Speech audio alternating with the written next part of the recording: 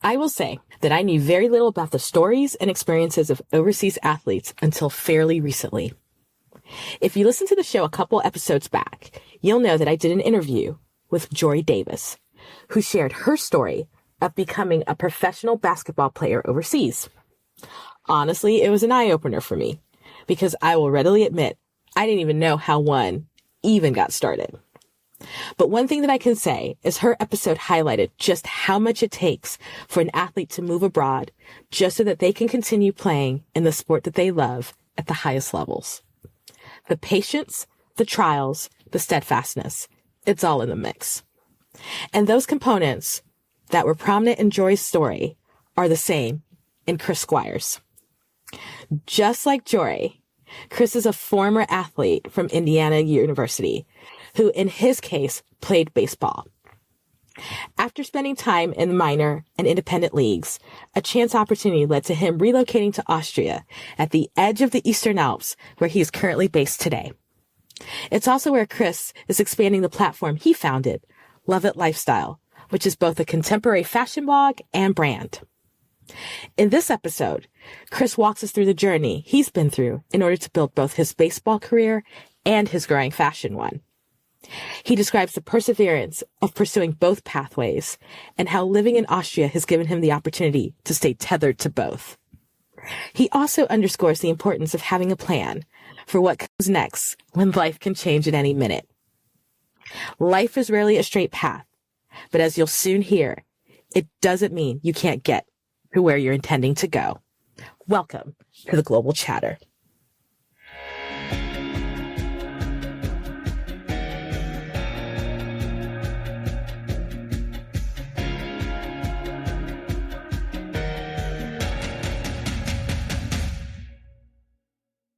I always like to do a location check because when you do this kind of show, very rarely am I in the same place with them. So where in the world are you? I'm in Dornbirn, Austria. It's the west side of Austria. I'm about 10 minutes from the Swiss border and about 20 minutes from the German border. Okay, so the part that kind of freaked me out earlier was when you said it was snowing. and we're recording this in, I guess it's the first day of April. So the fact exactly. We know I'm in the South, but is it common for it to be snowing around this time where you are? Yeah, they have a saying. I don't know exactly what it is in German, but April tends to do whatever it wants. And all of March was nice. So it's a little bit unexpected for us. Yeah. Everybody was getting ready for spring. And then this weekend's supposed to be really cold. So hopefully things change soon. And I would imagine, because I've been in these streets long enough, that when you say you're in Austria, somebody got to say you in Australia. Yes, exactly. Kangaroos is the thing most people ask about. Do they really? Oh my God. Yeah, it's like, hey, how are the kangaroos? I'm like, wrong place. I don't even want to ask if they're American because I already know I'm going to be embarrassed. But but I'm sure other people, hint, hint, who are not American might assume you're not. Did you, and with it being Austria, and I'm thinking about where you're located. So I'm trying to think from a language standpoint. German, is that part of yes. Okay. Yes, German. They have their own little dialect here specifically, which makes it incredibly tough to learn. Yeah. But everywhere in this area up to the Swiss border, a little bit of Switzerland and a little bit of, once you go over into Germany, it's all kind of the same. But as soon as you get, 50 kilometers outside of here, it's completely different. In either direction, it's completely different. Oh my gosh. Well, here's the thing.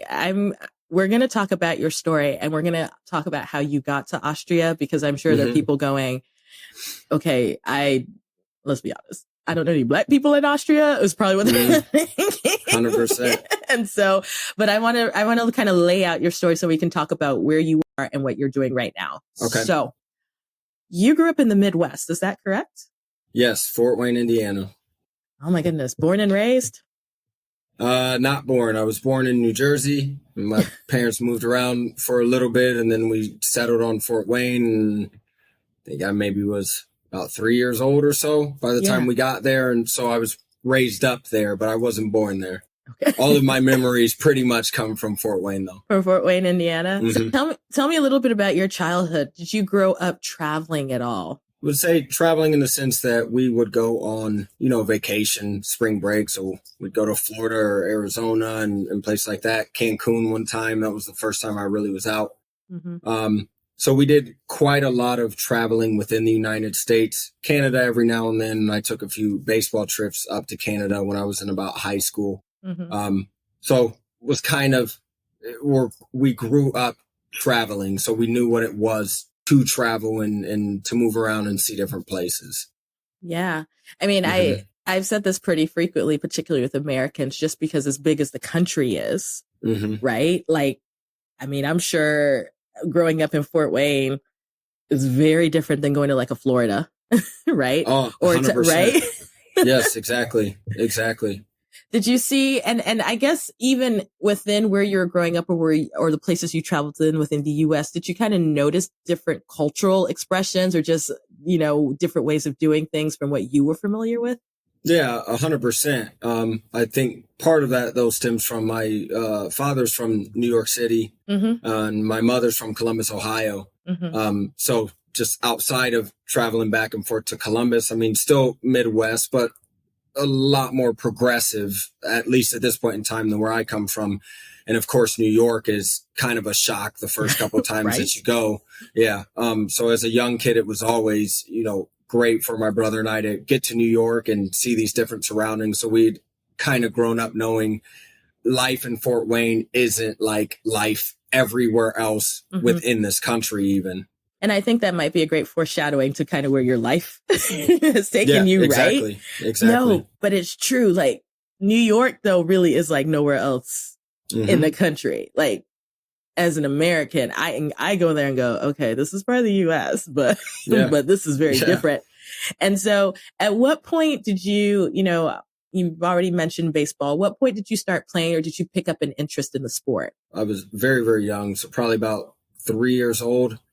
And about that time, I mean, that was my first love. Once I was like, I love this and this is what I want to do. Mm-hmm. That is the only thing that my mind was on. So even in school, you take art class or career planning and all these things. And I would try to plan everything around wanting to be a baseball player. All of my art would have something to do with baseball. I know my art teacher hated me for that growing up, but that's just the way that my mind was working at that time. It was, this is the thing that I want to do. And I'm going to put all of my time and effort into trying to accomplish that.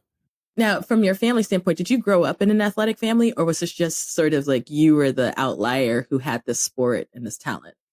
No, I grew up in an athletic family. I think my mom played basketball in high school mm-hmm. and played a little bit of maybe rec league softball.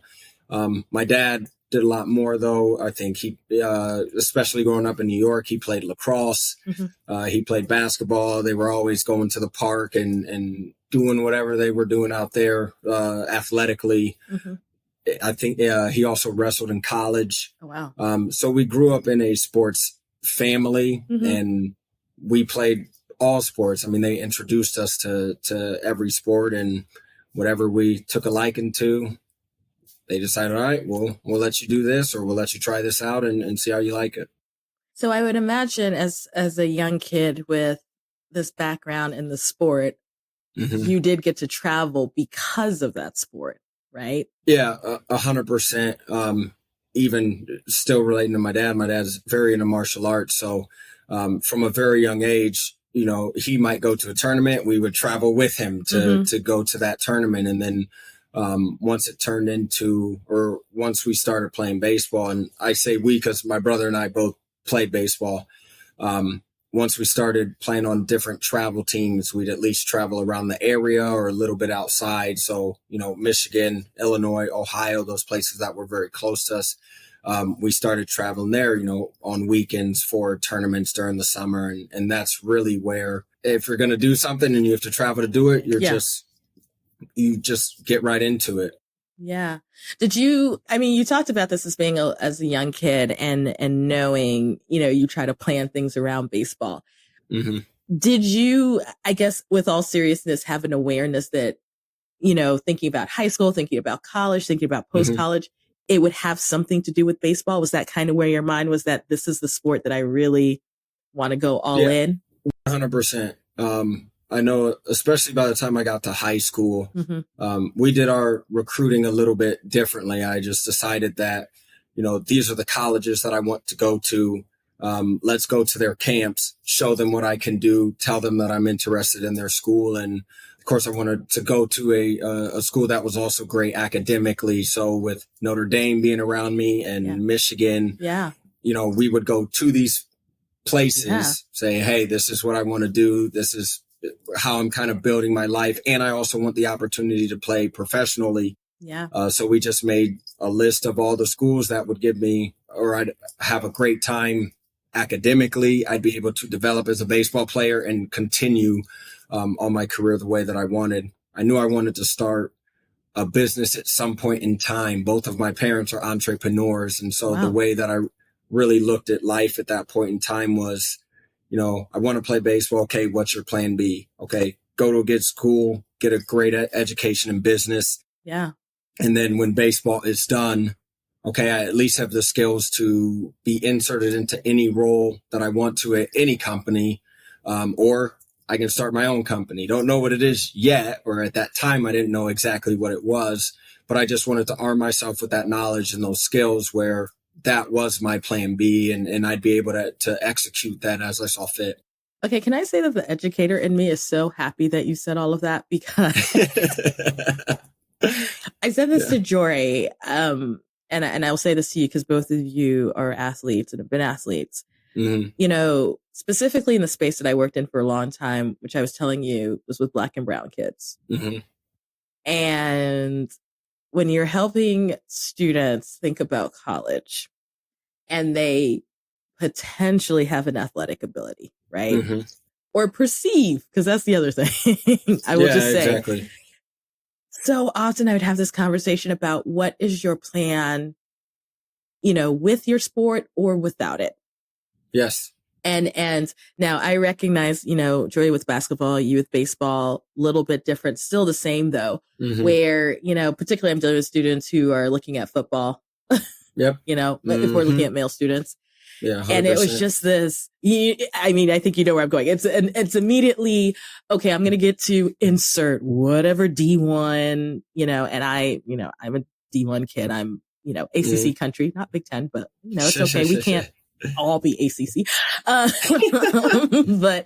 do you know what I mean? That hurts me. I know. It's supposed to, the funny thing is, complete sidebar. I have visited some of those schools out there and they are I've been out to Michigan, for example, wonderful campus. I mean, there is good or bad, a wonderful sports culture that is very embracing out there. And I can definitely see why, especially if you're a kid from there. Those are the schools you're going to aspire to go to. Not that there aren't great other schools, but but makes sense. If you want to be at some of these powerhouses, I think they're great education wise. But it was funny the number of kids I would talk to, and especially to be very honest, mostly Black males. And there's this idea of, okay, I'm just going to play the sport, right? Like I'm good enough to play the sport, and then I'm going to be the next. I mean, I can date myself, but it could be anybody. It could be, well, no, that'd be too far back. But like Mike Vick, Reggie Bush, whatever, whomever, 100%. Right? Just because you know who they are. Some people are like, who are they? Yeah. But the thing that was very disheartening sometimes is that I'd have to say, number one, it's very competitive, right? It is competitive to be, I would imagine you have a list, but it is competitive if it is a especially well-known program in that 100%. Discipline. And it is also just competitive from the standpoint of even once you get past that, if you're looking at the higher levels. And so I'm curious with that list that you made a very curated college list in terms of where you were going to go. Is that correct?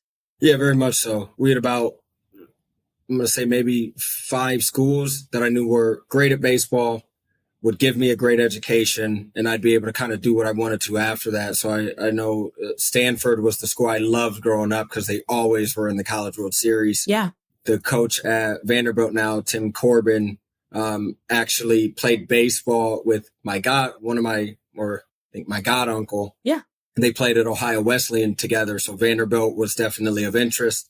of course, the Ivy Leagues in the Northeast. I have family that lives in the Northeast. So those were schools that were also, in consideration. And we just sat down and plotted out, where I should back up a little bit. The way that my brother and I grew up was, my parents always told us, if you have a great education, you can always do what you want to do. And so it was really not so much that it was always education first. Yeah. But there was if our grades were not right, then we could not play. And so there was this strong emphasis on education needs to be at the forefront of what you want to do outside of sport. And so that is just the funnel that we decided to look at our sports careers within was, okay, what are these schools that can offer me both of the things that are going to help me move forward in life in the way that I want to? And so that's what we sat down, came up with as a family. And then we set out on a path to try to do that and make it happen. So where did you ultimately end up going for college? I ended up going to Indiana. I ended up being a direct admit into the business school, which always helps. I wanted to study and make life a little bit easier for everyone. Yeah, exactly. And it was, the funny thing was, it was actually the last school I wanted to go to because they didn't have a great baseball program at the time. Now, I believe in God. I hope some of the other people that listen believe in God as well. And, it really was, God really created this situation that was really optimal for me because I didn't want to go to Indiana because the baseball was bad. Well, the coach had just transferred from Miami of Ohio, which had a winning program. And, he wanted me to be in his first class of guys to try to turn this ship around, which he ended up doing. He coaches at Arizona State now. So he was very successful in achieving what he wanted to at Indiana. And because I had already gotten into the business school, and so I was like, okay, I can study business. This guy really wants me to be a part of his program because especially for athletics, you want to go somewhere where one, you're going to play, and two, the coach actually has a vested interest in you. And late in my recruiting is when that opportunity really came about. And, I couldn't thank God more for how everything ended up shaking out. And I want to put a pause on, we've gotten you to college, but I want to put a pause on that because I believe this is the best way I can describe it. There's a parallel story because you have talked about business, right? And so I think it's important for our audience to understand, okay, why is he like swirling around business? And that obviously you mentioned your parents were entrepreneurs, right? Was that, was that a motivating factor just in general? And we will talk about the line of business you're in, but was that something where you always saw yourself as, I probably am going to be an entrepreneur or have my own thing? Yeah, 100%. I mean, considering that's how I grew up, I saw my mom write a business plan from scratch, and get funding and investing. She's in home health care. Her business has been around 25 years plus. And so just seeing as an entrepreneur, the freedom of your lifestyle that comes with owning your own business as well. I knew that was the direction that I wanted to go. So I didn't watch my parents do the typical, 9-to-5 corporate route. It was, we built this from scratch and now this is thriving. And then my dad's a software engineer and he actually was going to Indianapolis for a while, had some clients down there building his business. And for me, at least, I was just like, this is great. I mean, my parents come to pretty much every one of my baseball games. There's always a parent there, or one's with me, one's with my brother.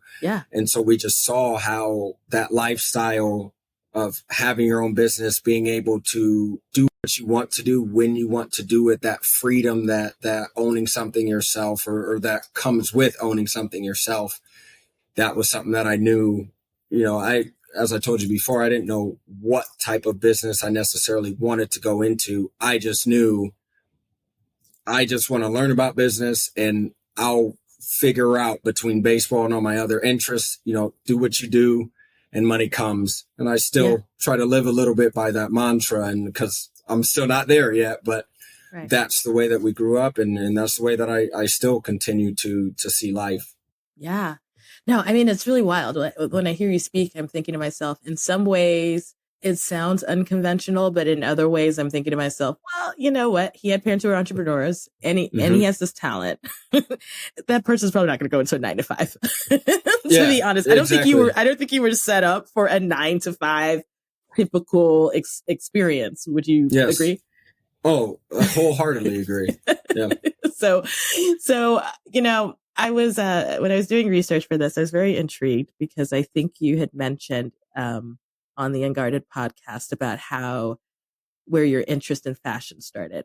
And part of it started, I think, with your family, but then just how you built that. And so you talk a little bit about, especially from a young age where you start to be very cognizant about fashion. Cause I'm especially interested about this, thinking about you as a young male, because the teenage boys I knew did not care. Yeah, exactly. I mean, not to the extent that you cared. Like, they cared about, okay, maybe these Jordans or whatever, but not. Yeah, exactly. Yeah. So my grandmother and my great aunt actually had their own little boutique in Manhattan. It was called House of Squires. And what they would do is they would go out to the shops. You know, they had their clients. They would buy things they thought their clients liked. And then they'd have these little, you know, parties at their house, and people would try things on and everything. And so I never got to fully see exactly what they did. But when we would go to New York, I remember, you know, us going into the basement and they have all these racks of clothes, and we're like, okay, what's going on here? You know, so my dad had always mentioned, you know, that kind of was their thing. And, you know, when we go out of the house, you know, they were very big on, we will always be put together, you know, no matter what the style is or the trend. There's some classic ways, there's some timeless ways. You can always put yourself together. So we started learning that stuff as we were growing up. And of course, I mean, especially in high school, you're going to try to fit in with the crowd a little bit. But I think, and I think I mentioned this with Jory as well, is once I went from public school to private school, where private school, we had a uniform. Yeah. And so that's kind of where my sense of style really came together, which was, okay, here's, you know, all this urban wear that we're wearing really in public school. Now, how do I still keep my personality in also wearing this uniform over here? Yeah. And then that really was the start of a journey that I had no clue would end up, you know, where it's at today. But that really was the start of the journey, because I knew I thought about it a little bit differently than just, oh, let me just throw this on and throw this on. It was, it needs to look well. It needs to match. I'm not so much with matching now. I like to complement a little bit more. Yeah. But, you know, there's a way or a process to put an outfit together and put clothing together that looks good and presentable and still keeps a little bit of personality in there. And everything is just really grown from that seed. And I have to imagine, and I'm not trying to be, what's the word? Stereotypical. I mean, you're in the Midwest, right? We know, I mean, at this point, we know that when we look at fashion epicenters in the country, we are looking coastal, right? Good or bad, we look coastal. And so I'm trying to imagine being, you know, a young person, particularly a teenage male, particularly being a Black teenage male, and having maybe a little bit of a different sense of fashion expertise and knowledge than maybe your peers who, you know, because we're all trying to fit in, right? 100%. So that's not the time we're trying to go the other way. Did you get in a little bit of pushback or any kind of just, I don't want to say resistance because you're just being you, but were there folks where they were just like, yeah, man, I don't know about all this? I wouldn't say too much. Granted, it really took a while for everything to kind of come to fruition. But what I can comment on that is I think we had talked about traveling with baseball earlier. And, you know, when I went to Canada, I was with a team from Chicago. So it was a little bit different than what people were doing in Fort Wayne. And when I went out to Stanford's camp, you know, I met a lot of kids from California and their style was completely different. So I got to see how all these different people dressed and took a little bit from each of what they were doing to say, oh, you know, let me try this and let me try this. And, you know, it also helped me not to be afraid to be myself, because I knew, okay, if I wear, you know, this hat with the super flat brim, all the guys I know from Cali, they're all with this. So it doesn't matter if the people in Fort Wayne are or not. I know my guys out in Cali, we're all with this, you know? So yeah, you got to see a little bit of that diversity and at the same time kind of shore up your own uniqueness, because you knew wherever you were just pulling little pieces. So there'd be someone out there that likes some aspect of it, you know, or of the outfit that you created. And that's where everything really just started going full throttle.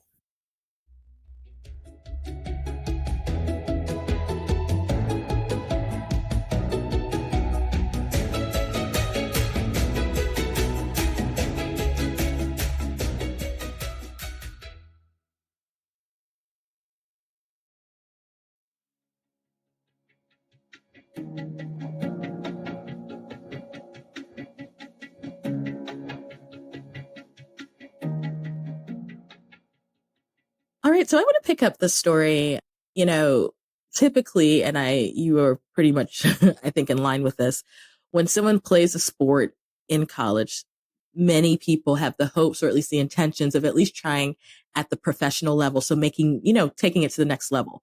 So when you were ready to leave college, what was your plan, and where did you end up landing? Well, the first plan was to get drafted my junior year, which did not happen, because junior year is where you can at least make a little bit of money. I at least knew, because I tried to leave afterwards because I didn't get drafted, which was very upsetting for me, because I thought that was something that was going to happen. But the feedback I just kept hearing was, you know, we'll get you next year. We'll get you next year. We'll get you next year. So I said, all right, you know, let me settle in for this last year.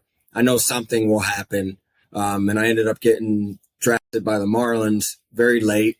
So senior sign, and I got drafted, went down to Jupiter, started playing and just trying to figure out, okay, how do I get better? How can I compete at this level? And, you know, that I started traveling again. That took me out to, I had a pitching coach out in California. Mm-hmm. So I'd go out to California in the off season, throw with him, go back to Florida for the season. And I would drive. I started driving to Florida every year for spring training. Mm-hmm. I drove out to California when I wanted to do my pitching training. And so I was already trying to figure out, okay, what do I need to try to get better? And then let me bring it down to Florida and see how everything shakes out. And so at what point did your baseball career kind of take you outside the United States? When I was a baseball player, or when I played professionally, I kind of was a journeyman. So with all the minor league teams that different affiliates have, I was the guy that was like, okay, spend 2 weeks here and then go 1 week to this other place and then go 2 weeks to this other place and then 3 weeks to this other place. So I was already kind of moving around all the time. Once I got to independent ball, it was the same. You're traveling all over the country. I mean, in the American Association, you go all the way from Winnipeg, Canada to Laredo, Texas, right on the border of Mexico. Wow. So after I got released from the Marlins, that's what I was doing. I was still kind of in that travel mode. And then I ended up getting injured, and I spent a whole year just working with my mom in home health care. And I just really didn't like sitting in one spot. So when it became time to look for a quote unquote real job, I was rehabbing. I didn't know if I'd be able to play again or not. And I started sending out at this. Now they have a baseball jobs overseas, which helps a lot of guys get over here to find jobs to play here, which is great. They didn't have that when I was there. So I was going to random league websites and just trying to email people like, hey, I'd love to play overseas. I didn't feel that I was done playing yet. Yeah. And so I wanted to, or at that point in time in my career, I said, okay, I'm probably not going back to affiliated ball, but I still want to play. So let me see if I can even find an opportunity to go overseas, because independent ball is a grind. And then it just so happened, Lord intervenes again. I was actually watching our church broadcast on YouTube, and I was at home watching YouTube broadcast. Email came through. I was already feeling bad because, you know, I had to look for real jobs, and right. Email comes through, baseball in Austria. I'm like, oh, what is this? And I look it up. Guy asks, you know, hey, I found some of your information that I had probably put out like a year before or a year and a half before. So I thought it wasn't going to happen. Yeah. And he said he had stumbled upon it and asked if I wanted the opportunity. And I went through a couple of interviews, and 4 months later, I was done with rehab, and I flew out to Austria and started playing out here. Oh, my goodness. Okay, so for your career, as far as being an overseas athlete, has it been predominantly or only in Austria?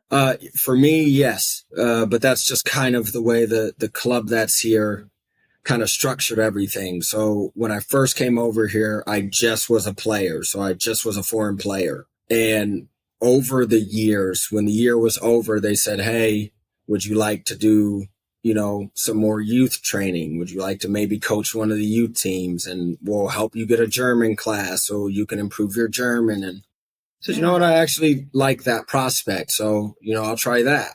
And then the next year it was, hey, you want to take on more youth teams, and we'll get you another class, and, you can continue learning and moving up here. And so now it's to the point where I don't even really get paid to play anymore. I just kind of play for fun. And my job is really coaching and helping develop the youth. So what I was doing here really evolved over time, and that was very unexpected. Right. I never thought at any point in time in my life I would ever even have the need to try to learn German. So the fact that we're even here today is still, I'm just very grateful that these opportunities have come up, and I've been able to take advantage of them when they have. I mean, did you even think you would see yourself as a coach? Was coaching even on your radar? Not really. And especially not kids. And not kids in German. But I think what ended up happening is those two things kind of came together. So it was learn German. Okay. And I'm coaching kids. So let me try to take the things I'm learning in German. Let me use that with the kids. And then I'm kind of growing in two areas at the same time. I'm learning a different language, which I didn't know that I would do. And I really need to try to become more proficient at it so I can communicate with these kids and help them as best as I possibly can. So it was these two different avenues of self-growth that I actually could throw myself into. It wasn't just learning German as a hobby. It was learning it to actually be able to apply it and to begin coaching kids and communicating with, because that's something I never saw myself doing. So to then be thrown into this thing, okay, now I have all these 10-year-olds and 12-year-olds and 14, 15-year-olds. Okay, how can I communicate with them better? And what do I learn about myself on this process? So it was interesting to kind of see that split, let alone the business is also in between there. So it just became this life growth type situation that I wanted to be a part of and really throw myself into. Okay, so you said something that's super important, and I think it's true. It's one thing to learn a language for a hobby, because I'm actually going through this right now, working on, I guess I'll claim it a third language, but there's a specific purpose to it. And you're right, because there's one thing to learn German and figure out where the bathroom is. It's another thing to actually be teaching and training someone in a technical skill. Yes.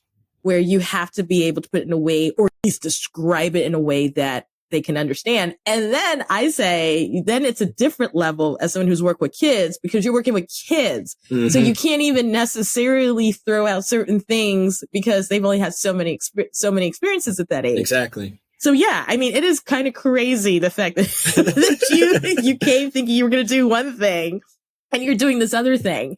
And so, I'm interested, at this point, you're a Black dude from the States, right? Mm-hmm. Like, were you in an organization that was multicultural, diverse, or was it pretty much homogenous and you're the difference in it? Like, what was it from a cultural standpoint for you? Very homogenous. I'll tell you that for sure. Austria is very interesting in general, especially this specific area that we're in. There's a lot of Turkish people that are here as well. There's the refugee community also, and then there's the Austrians. But with our specific organization, as in Baseball Austria, you can always have foreigners come over, or you have a certain allotment of foreigners that you can have come over. So as far as baseball was concerned, a lot of the kids on the team, not the real young kids, but when I was working more with the men's team and the second team, they're used to having different nationalities and different types of people come over to help them out. And so it was very much more welcoming than if I were to come over and go straight into a company that's homogenous and just do this job and do this job. They were way more welcoming of, hey, let's bring these foreigners over and they're just going to help us learn baseball. And they were used to that situation. So it made it much more comfortable to step in and hit the ground running. And so inquiring minds want to know, did you get the German? No one ever wants to say that they're like it. Yeah, it's you're better than when you got there. Oh, way better. 100% better than when I got here. Okay. And I still have a long way to go, I'd say. Their grammar is just way different than what English is. And for people that don't know, in German, you have 3 articles. There's 3 ways to say the, and then it affects the other words in the sentence based on what the article of a word is. So that's those are the intricacies of the language that I'm trying to figure out at this point in time. At least there are rules, because English really don't have it. Yeah. I mean, there are rules, but I'm always sympathetic to people who come from other languages, because at least there's like, oh, this is what we do. And I could not explain why we do what we do for why we do it. Yeah, exactly. Right? Even teaching English is the same as, well, why is it like this? I'm like, actually don't know what to tell you. Yeah, this is just the way you should say it. And we're Americans, so don't ask us what the Brits do. Exactly. And they teach a lot of British English in school, which is interesting too. Yeah. Right. And we're like, I don't know why is it spelled that way? I have no idea. This is how we spell it though. And so, okay. So you're in Austria at this point, and I think it's important for the audience to know you have not given up for your love of fashion, and that is still very much a part of the things you're doing. So talk a little bit about your brand. So tell us about your brand and how it kind of grew and started while you've been in Austria. Okay, so when I first got over here, I was really just playing. And as an overseas athlete, you have tons of downtime. And so after the first year, and I came back and I was really focused kind of more on coaching, but I was still playing as well. I said, you know what can I do with my downtime? Except, go to the gym or watch Netflix or something. I was like, this would be a good time to try to start building a brand or trying to figure out what kind of business that I want to run. And I knew I wanted to do something in fashion. And so I had come up with the logo and all of that stuff like years prior. And so I said, okay, how can I just apply this? And what's a low cost way that I can do it? And one of those is starting a blog and just trying to build audience. So I started the blog in, I believe, late 2016, early 2017, and really didn't know what to write about. I was like, all right, I just like fashion. Let me try to do this. And I just kind of dove into, okay, how does this work? How do I build a shop? Oh, I can do affiliate marketing. Okay, how do I incorporate that into what I'm doing with my blog? And then, okay, I want to make clothes at some point in time. I have some ideas. Started diving into, okay, who are suppliers and manufacturers? And I really just had a lot of time to navigate this world of how do I do this and what's the best option for me, given I want a low cost solution to be able to do this. And at the base level, I'm just going to have this blog, which is really my thoughts on fashion. And with affiliate marketing, you don't need any money to do that. It's okay, I can pump these affiliates and these different styles and this different clothing that I like. And it really started there, blogging wise. And then once I was able to save some money, then that's when I said, okay, I have enough saved now as to where I can produce one item. How much does it cost me to do one item and a few of them and maybe do some drop shipping? And I just started really floating around those areas and seeing how I could put everything together. I a few months ago had Audra Gordon. Y'all's stories are completely different, but the same. Let me say this. So she is originally from the Caribbean, grew up in New York. Similar story in the sense that growing up seeing grandmothers and aunties fashion. And she went into finance and investment banking. So she did not even go into the fashion. Long story short, though, she never lost it, moved to Hong Kong, which is where she is right now, and was also building up a brand. And we talk similar, like I am with you, about what it was like, because she was on her own building this thing up. And then this is all happening during COVID. So, you know, you get, you know what I mean? You get momentum, and then once in a generation pandemic hits. Exactly. And then what happens? And so I'm curious for you, like, you know, you started with an idea, or you had the idea, but you put it out in the universe because the idea was there. You started with something in 2016, 2017. Did the pandemic like have any impact to some of the stuff that you were doing? I know you were trying to build brand identity and whatnot, but did that impact some of the work that you were doing? Not so much, actually. And you know, I want to be mindful of some of the other situations, you know, that people went through, because I can't imagine, you know, going through that or having the rug kind of pulled out from under you. In my situation, you know, it really just became, you know, okay, we can't meet in person to do practice. Okay, so I started making little videos for the kids, and that's how I was passing the time there. I also started working at the, they have like sports schools overseas, if people don't know that. And I started working at that as a baseball instructor. So I took the time to really write out, you know, my philosophy and my plan for how I wanted to move kids through, you know, my training program at the school. We did a lot of video chats and video lessons, and I was able to share with them, you know, different books that I had been reading. So we really switched more from the physical to the mental, which is, you know, there's a huge degree there. They say baseball is 90% mental and 10% physical. So we were really able to, you know, focus in on what are the mental aspects of the game, and how do other big league players think about that? What was my experience? What have you guys experienced? And how do you think you can better yourselves mentally to prepare? And, you know, outside of that, you know, I'm working on Luvet at the same time. And, you know, a lot of manufacturers are struggling to, you know, find people that want to make clothes. So for me to even inquire, you know, I was welcomed into, okay, what do you want to do? Because we need something. And at the same time, I was saving a lot of money because there were no restaurants open. So I couldn't go and get a K-bop and, you know, all that stuff I like to get, my guilty pleasures.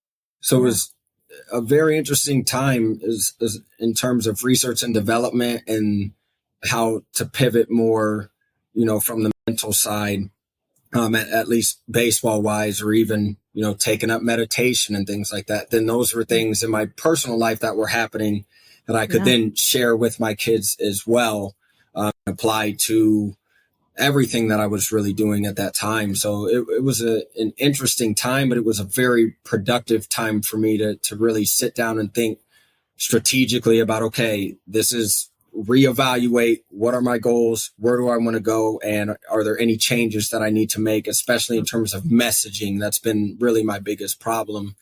How can I change this or manipulate it in a way that's going to work better or be more efficient moving forward?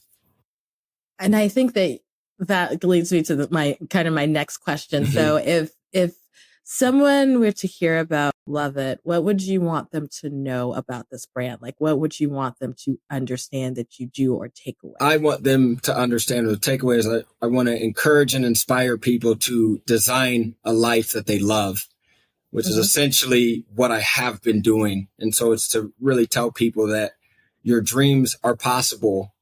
You just have to set the goals. You have to plan. You have to see it and try to bring it to fruition. But it is possible to do it. And you don't need a lot of money to do that. I mean, baseball players, unless you play in the big leagues, you do not make money playing baseball. So you have to be very mindful about, you know, where your spending is, how much things cost. And it allows you to really look at the fundamentals of one business. You know, how can you put something together, you know, within a budget and make it work, you know? So that was one of the big things that, you know, I saw kind of coming out of this, and just overall where really looking at how in your life, if just love your life. There's a lot of things about life to love. So start looking at the little details about it and figure out how you can love every aspect of your life, from your relationships to your work, to your hobbies. Just go all in, be yourself, be unique, and you have the power to create the life that you love. So do it. Just don't be a slave to what society says that you should do. I know that's a much longer explanation than I really should give. It should be more simple than that. It's not the longest I've received. So you're totally fine. I'm still working on it. I mean, and no, because I know I ask these questions, but it's interesting to build the brand in real time, right? Because I say this, and I'm very transparent with the Black expat and some of the stuff I've done. I've had to, in real time, I'm like, yeah, what are we about? What are we trying to do? And especially in the early part of the story, right? Because, what's ironic is that 2 years from now, I could ask you the same question and it may look different because of what you've learned. Yes, right? Exactly. And so that's why I understand. No, there's no such thing as too long a response, because we're all evolving and pivoting, especially when we're building something. I mean, I went through this site and I was looking at some of the content and I was like, okay, there's definitely a very specific point of view that I think that you are trying to convey. And I was trying to think of what are the adjectives that I would use, because exactly. I was like, I was thinking purposeful, clean, a very clear aesthetic. I hope these are right, by the way, because if they're not, you're like, they're helping me. That's are they really? I'm about to start taking notes. I mean, I'm also a really good business strategist, so we could talk off the air. All right. I got people who can help with that.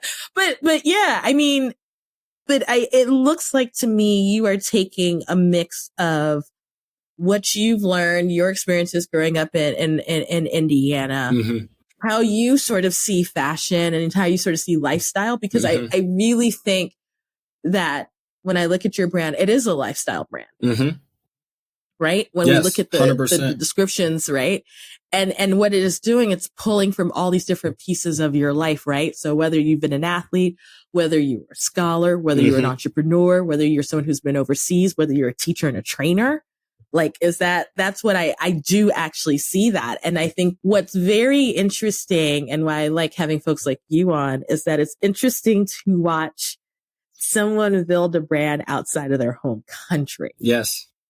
Because I would imagine it's a little bit different. Yeah, definitely. Right? Right. And you've had to incorporate kind of what's going on in your real world, if you will, not just in your imagined world. And it's like, yeah, I'm also in a different cultural context and how much that impacts your work. Yes. So I guess my question for you, as we kind of round up is you're very early in where you are with it. Where do you sort of see yourself in the next couple of years? And this is both with your brand with Luvet, but also, I mean, you're in Austria. Is this like a home base? I always have to say that. Is this like a home base for you? Or do you see other moves up ahead, or what do you kind of see kind of down the road for you? I'll start with the what you left off with. Do I see Austria as a home? I would say not necessarily, but I'm also not against it.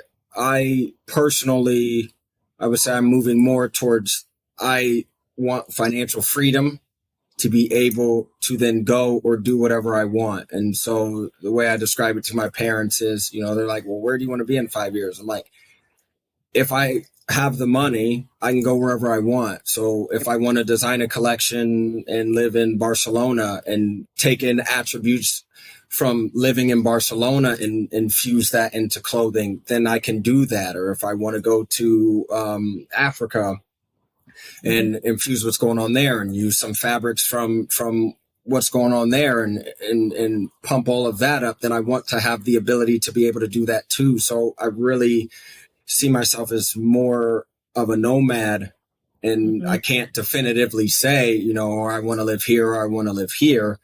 I look at my life as I want to be flexible and being able to go where I want to go when I want to go there and be inspired by the things there and still be able to turn that into commerce. So that's kind of how I look at life as a whole that way. As far as the brand is, I think it's really about a couple of things. One is just having more offerings to people, because I think that for me, especially, my advertising budget is really not that high. And especially with Instagram now and algorithm changes and all of that, kind of crap we can talk about. We know we're going to talk about. Let's not talk about those IG changes anyway. Exactly. All right, Meta. It's more, okay, can I get out different items to different people in as many different places as I can, to just if people see it and it to be, a little bit more word of mouth based, which I know is not, as far as an investing standpoint, an investor might not want to hear that, but I really look at it as more grassroots and really trying to hit people's souls and actually make them not necessarily think differently, but to look at life from a different perspective. And I remember my mom had asked me, did I really think a t-shirt could change the world? And I said, I think one with my message can. I think it's a reminder to people to, one, love yourself, love others, and love life. And when people see that, that's what I also want them to think about. So if you can see a garment that I make, and that is the type of feeling that it conjures up, then I'm doing my job. Now, how do I just present it in a way that can help this business grow over time? And I think having more offerings, or even, I'll say, getting a bit more artistic with it and going more into, okay, I'm going to focus on how my life in baseball, how can I put that into clothing, or how can I make that fashionable, or those are the kind of things that I'm looking at now, is where can I take it? What kind of sticks? But how do I just get more offerings out there for people to have and to love? I want people to look and say, I love it, or I love this shirt, and it makes me feel this way. And these are what all these little intricacies on it mean. And this is what the message means. And I know a lot of people just want it to be, I just want a cool shirt. And I'm like, great. So my goal is to sell you a cool shirt that has something behind it. And then once you figure out what's behind it, then you're really going to love it. Okay, so I love it. I wasn't planning on saying that. But look, here's the deal. There are not so many brands, but there are a couple of brands that come to mind that have that kind of that vision and purpose. You think about Tom's shoes. My brain is blanking right now, but there's some folks who do it with socks who also, there's a whole thing about why they're doing the thing with socks 100%. And also give back to homeless shelters. And so a brand with purpose, I think, especially when we look at Gen Z, who authenticity and genuineness is a big hallmark of that generation, is going to be a brand that stands out. And so I think we're going to do it. So as well. when you get into your space of Zen, I think you're absolutely going to do it in your zone of genius. And so, oh my gosh, Chris, thank you for spending some time with me. I keep saying this morning, I know it's afternoon where you are. Fine. So I'm going to say today, because some people listen to this in the middle of the night and be like, it's actually 10 p.m. where I'm at. So one thing I do with every guest is to make sure that they know where to find you. And so we will have all of the social media links and the websites in our show notes. So if you want to know where to get in contact with Chris, as well as learn more about his Love It brand, we got you covered, because it'll also be if you can't find it in the show notes, on our website. So there's more than enough places for folks to find us. So yeah, Chris, any last words? Thank you so much for the opportunity. It's been great to come on and share my story. And I always feel, I know you looked at the website, people don't really like to read nowadays. So and I'm more of a talker anyway. So it's nice to be able to get out and kind of share my words with my personality and everything behind them, and not everyone just reading stuff all the time, because I've been a little bit shy there. I'm not the biggest social media nut. So I really thank you for the opportunity to share my story and what I've been through, and hopefully it inspires someone else to go out and live their life to the fullest, because that's what, this brand's about. And anybody that's willing to do that, I'm always there for questions and to help them along that path as best I possibly can. You've just listened to an episode of The Global Chatter, which is hosted by me, Amanda Bates. It is edited by Stephanie Fuccio. Don't forget to subscribe to The Global Chatter on your favorite podcast platform. You can also follow us on Instagram at The Global Chatter, or stop by Twitter and find us at Global Chat Pod. If you have a question, want to subscribe to the newsletter, or are interested in sponsoring, visit theglobalchatter.com.